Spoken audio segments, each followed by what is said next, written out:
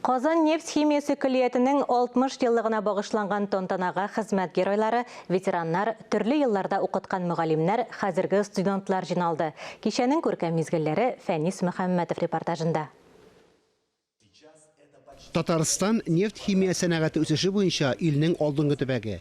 Киләчәктә цифрлаштыру, алдынгы технологияләрне кулланышка кыю кертеп, тармакны тагын да үстерү булачак яшь белгечләргә дә зур җаваплылык исти. Мондый белгечләрне Казандагы Владимир Лушников исемендәге нефть һәм химия көллиятендә әзерлиләр.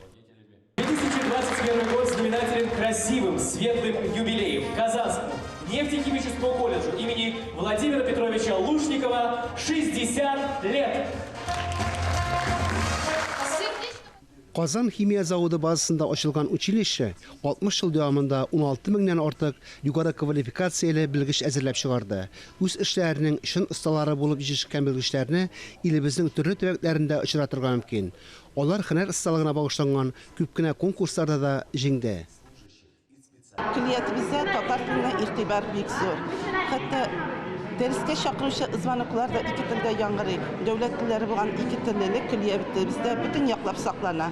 Hem Respublika küleminde vargan büyük yarışlarda okuşçularımız bir dilep katnaşarlar. Hem yukarı neticelerge erişerler. Хәзерге көндә күллият нык үскән, заман таләпләренә туры килгән, төпле белем бирү өчен барлык шартлар тудырылган уку йорты. Күллиятның техник базасы елдан-ел ныгый, лабораторияләр, яңа җиһазлар, җайланмалар белән байый.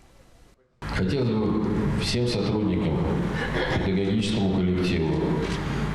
Күллиятның барлык хезмәткәрләренә, остазларга, педагогика коллективына уңышлар телим. Шулай дәвам итсен. Киләсе түгәрәк даталарында бергәләп биләп үтәргә насыйп булсын. Фарис Мөхәммәтов, Тахир Хәсәнов, Татарстан яңалыклары.